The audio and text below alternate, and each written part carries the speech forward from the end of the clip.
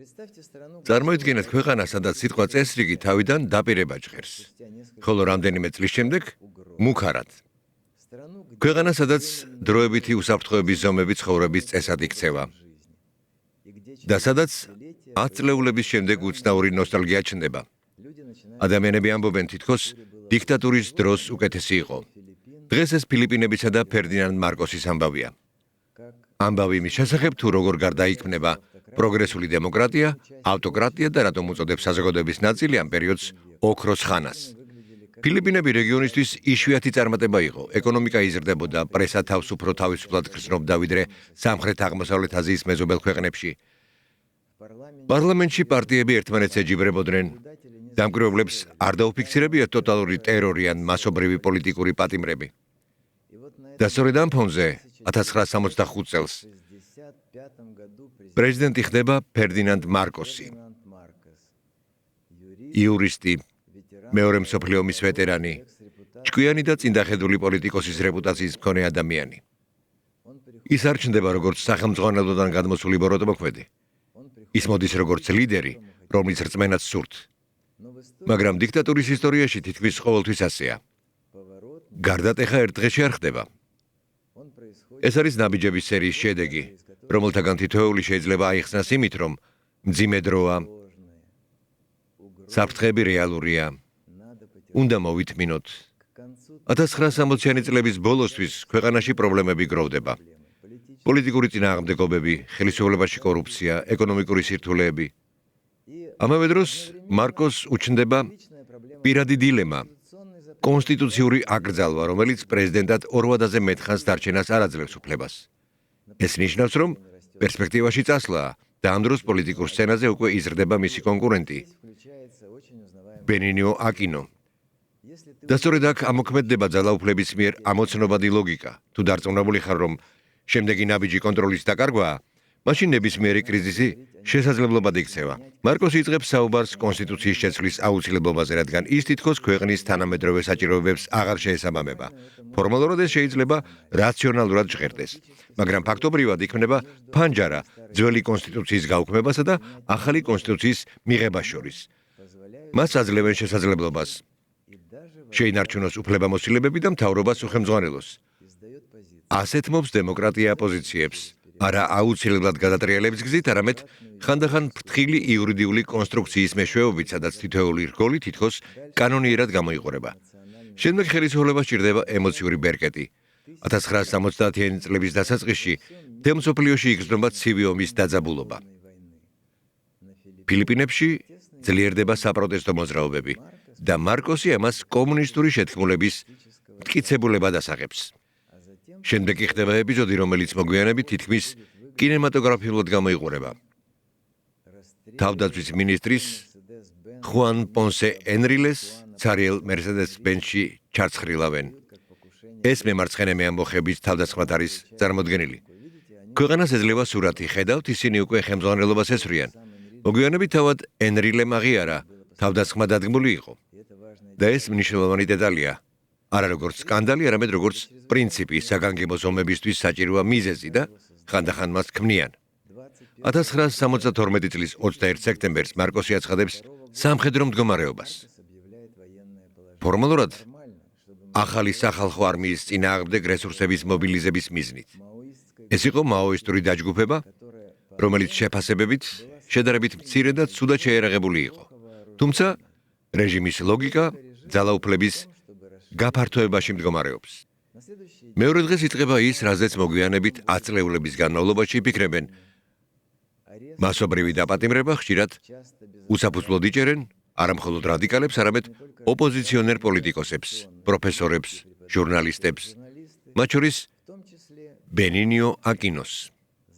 იხურება დამოუკიდებელი მედია, 7 ტელეკომპანია, 10 გაზეთი, ჟურნალი, რადიოსადგური. დაწესდება კომენდანტის საათი. პრეზიდენტის ნებისმიერი კრიტიკა ხდება მიზეზი დაპატიმრებისა, ბრალის წაყენების გარეშე. ციფრებს უკან დგას რეალური ადამიანური ისტორიები. წამება, გაუჩინარება, შიში. Amnesty International-ის მონაცემებით ეს 10,000-ობით დაპატიმრებულია, 1000-ობით გარდაცვლილი, უზარმაზარი რაოდენობის ადამიანი კი აწამეს. დაქიჩენს თავს კითხვა, რომელიც ყოველთვის დგება ასეთი პერიოდების შემდეგ. ამ რეჟიმს მაინც რატომ უჭერდა მხარს ბევრი? იმიტომ რომ შიშს აქვს კონკურენტები. ერთ-ერთი მათგანი ქაოსისგან დაღლილობაა. მარკოსი მოსახლეობას თავაზობს მარტივ გარიგებას. ჩვენ დავაწესებთ წესრიგს, თქვენ მოითმენთ შეზღუდვებს. და საზოგადოების ნაწილი მართლაც იწყებს განცდას, რომ ქუჩებში სიმშვიდეა. განსხვავება ის არის, რომ ქუჩის ტერორი იცვლება სახელმწიფო ტერორით. ბანდები ქრებიან, მაგრამ ჩნდება სისტემა, რომელსაც მხოლოდ ეჭვითაც კი შეუძლია ნებისმიერი ადამიანის ცხოვრება გაანადგუროს. ყოველ ავტოკრატიას აქვს ვიტრინა, მარკოსაც ჰქონდა ინფრასტრუქტურა, სუბსიდიები ფერმერებისთვის, ელექტრიფიკაცია, თანასწორობის დაპირებები, საუბრები მოდერნიზაციაზე. მოკლევადიან პერსპექტივაში ეს შეიძლება წარმატებად გამოიყურებოდეს. სწორედ აქ იბადება მითი ძლიერი ხელისუფლება უდრის ეფექტიანობას. მაგრამ შემდეგ ჩანს სხვა რეალობის ციფრები. სავაჭრო დეფიციტი, ექსპორტის შემოსავლების ვარდნა, ვალის ზრდა. ძლიერი ხელისუფლება ფაქტობრივად ძლიერი მხოლოდ ერთში აღმოჩნდა. რესურსების ზედაფენებისკენ მიმართვაში. ფერდინანდ მარკოსის გვერდით მუდამ იდგა მისი ცოლი, იმელდა მარკოსი. და სწორედ მისი შემოქმედებით გახდა რეჟიმის კორუფცია თითქმის ხელშესახები. ხელისუფლება საუბრობდა დისციპლინაზე და მსხვერპლზე მომავლისთვის. იმელდა კი ქვეყანას აქცევდა საკუთარი დიდებულების დეკორაციად. კულტურის სასახლეები, პრესტიჟული პროექტები, საზღვარგარეთ მოგზაურობები, შოპინგი. ეს ყველაფერი წარმოჩენილი იყო როგორც ერის იმიჯზე ზრუნვის საქმიანობა. ამ სიმდიდრის სიმბოლოდ იქცა დაახლოებით 3000-ზე მეტი წყვილი ფეხსაცმელი, რომელიც სასახლეში აღმოაჩინეს რეჟიმის დაცემის შემდეგ. სანამ ფილიპინელების საშუალო შემოსავალი მცირდებოდა და ძირითადი სასურსათო პროდუქციის ფასები იზრდებოდა, პირველი ლედი ხარჯავდა მილიონობით დოლარს თვეში ტანსაცმელზე, სამკაულებსა და ფუფუნების საგნებზე. ქვეყანა იქცა რესურსების წყაროდ ხელისუფლების პირადი ცხოვრებისთვის. პარალელურად ხალხის მდგომარეობა გაუარეს და რეალური შემოსავალი მცირდებოდა, ფასები და ვალი იზრდებოდა, ხოლო რეპრესიები არ წყდებოდა. 1983 წელი. მოკლულია ოპოზიციის ლიდერი ბენინიო აკინო. 1986 წელი. მასობრივი პროტესტები, ყვითელი რევოლუცია. მარკოსი მიდის, ფაქტობრივად გარბის და ძალაუფლება გადადის კორასონ აკინოზე.